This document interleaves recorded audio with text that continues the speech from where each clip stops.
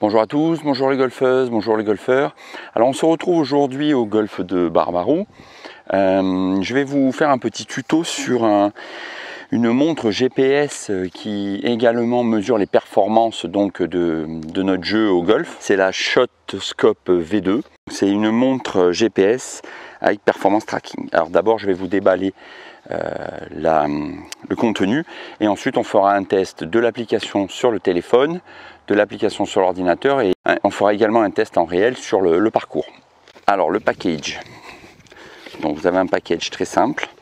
À l'intérieur se trouve la notice, la montre, le câble et un petit sac avec à l'intérieur 16 capteurs comme celui-là. Donc ça c'est le capteur du putter. Voilà. Et chaque capteur a la référence du club. Et voici enfin la montre. Donc voilà la montre mise au poignet. Il faut savoir que dans l'application, elle peut s'adapter soit pour les gauchers, soit pour les droitiers. Donc moi je suis droitier, elle se met sur le bras gauche. Donc vous l'allumez, voilà, vous la déverrouillez et elle est allumée. Vous choisissez ou GPS Only, ou GPS et Tracking, ou Pro. Bon, moi je prends GPS Tracking. Vous validez et là elle recherche le golf où je suis, et étant donné que j'ai pré-rempli mes parcours sur l'application, voilà, donc la montre repère le golf de Barbaroux. Vous validez et donc elle vous donne des données que je vous expliquerai sur le parcours.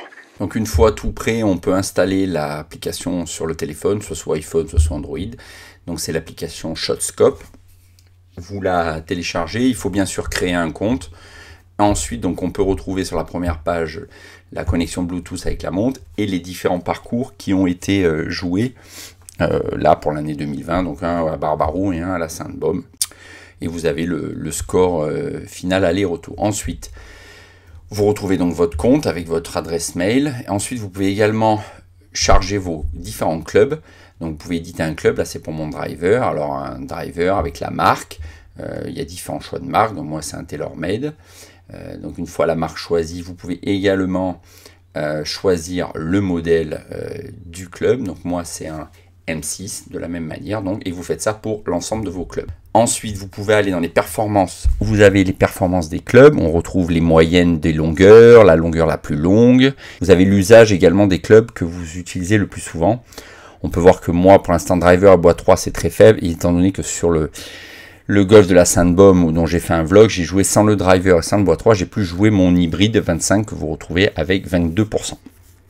Vous avez également donc les tee-shots, les coups au départ, on voit donc le nombre de fairways réussis, le nombre de fairways manqués, et les distances moyennes et les distances les plus longues. Ensuite on a les approches, pareil, donc le nombre d'approches réussies sur le green, à partir du rough, du fairway, pareil dans le jeu. Le jeu rapide à proximité du trou. Et enfin, même données également sur le putting, où on retrouve donc là le nombre de 3 putts, 1 putt, 2 putts, et les courts moyens ou longs, sur l'ensemble donc des parcours. Vous pouvez également donc sélectionner n'importe quel parcours. Donc là, on essaie par exemple le golf national, on sélectionne l'albatros et l'aigle. Et ensuite, vous synchronisez, vous voyez que là ma montre est connectée, band connected, et vous la synchronisez et les parcours apparaissent ainsi sur votre montre. C'est comme ça que j'ai pu mettre le parcours pour Barbaroux.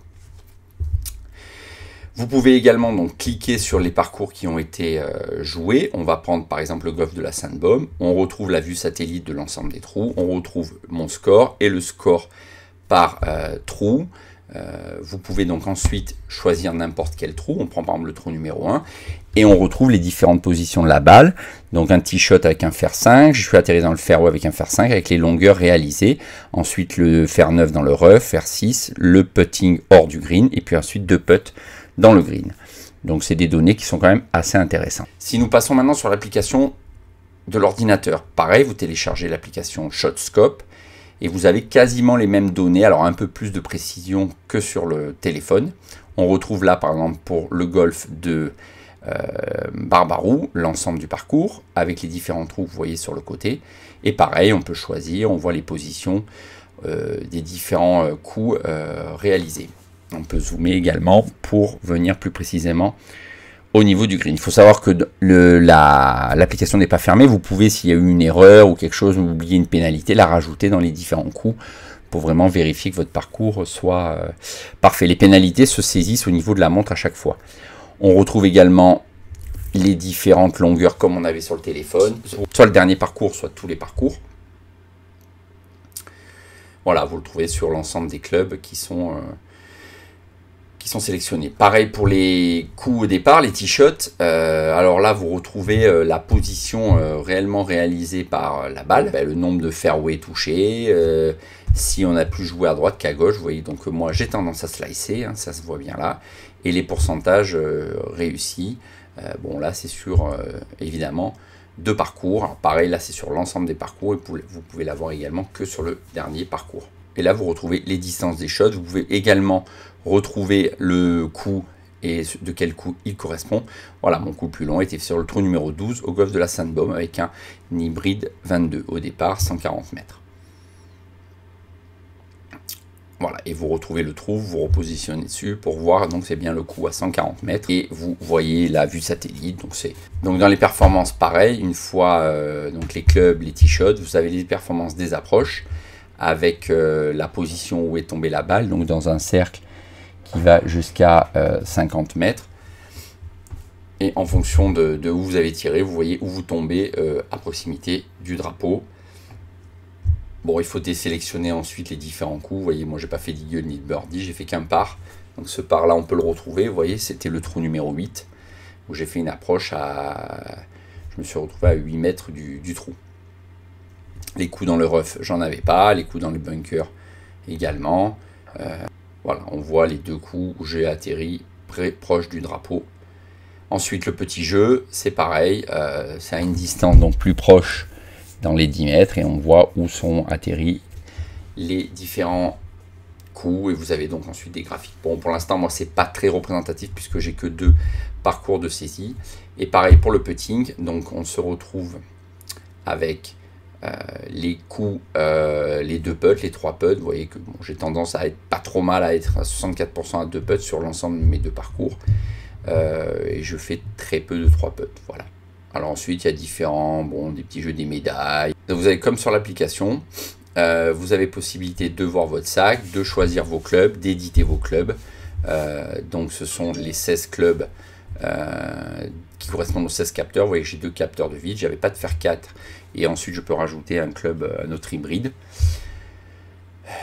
Voilà, et vous pouvez donc vous connecter et vous déconnecter. Maintenant, retournons sur le parcours. On se retrouve sur le parcours pour tester la montre ShotScope V2. On est sur le trou numéro 4, par 3 du golf de la Sandbom. Bon, c'est très simple. Donc là, comme vous pouvez le voir sur la montre, on voit la distance du trou, des jaunes, 137 mètres. Fond du green 147, entrée de green 125. Voilà, il vous indique que c'est le trou numéro 4, que c'est un par 3. Voilà, donc là je vais jouer un fer 5. Mon club est équipé d'un 5 iron. Vous voyez, jouer le fer 5. La montre va enregistrer la distance. Et ensuite je vous montrerai ce qui se passe sur le green.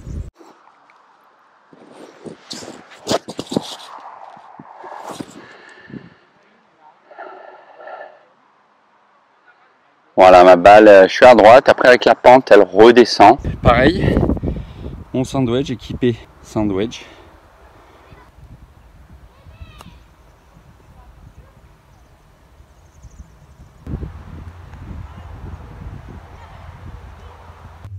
Et donc une fois vos putts joués, vous indiquez 0, 1, 2 ou 3 putts. Dans mon cas, je vais cliquer sur 2 putts en haut à droite.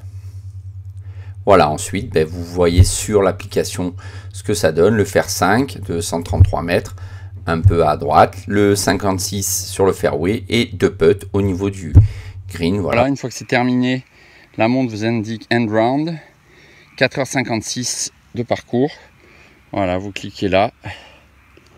C'est fini. Yes.